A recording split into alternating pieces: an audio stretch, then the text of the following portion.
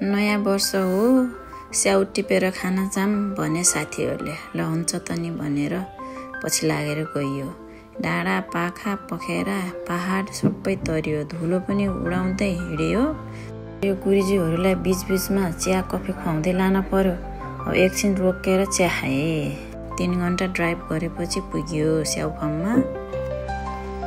खायाभरि free, टिपिकन घर ल्याउने भरि पैसा तिर्न पर्ने। अनि खाओ त जाइन भने त होइन, हामी त खाने मिठो लाग्दैन, टिप्ने मात्रै डर लागेछ भनेर फटाफट टिप्न लागे। फेरि रातो कलर भएकोवाला चाहिँ गुलियो हुँदो रहेछ। अरू यिनी राता नभए त अमिला हुने रहेछन्। अनि तिनी राताभरि सबै टुप्पा टुप्पामा। अब यिनीहरूले त भेट्ने कुरो भएन। सबै तल फेदका हरिया टिपे।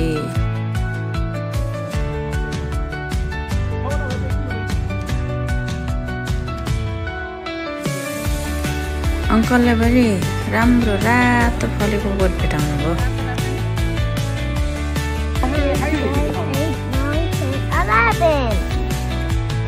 11 रहेछ। 11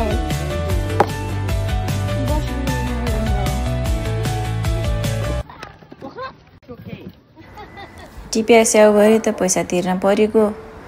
अनि अब यी अमिला स्याउ घर आइकन नुन हालेर खान परेको छ। हेर्नुहोस्।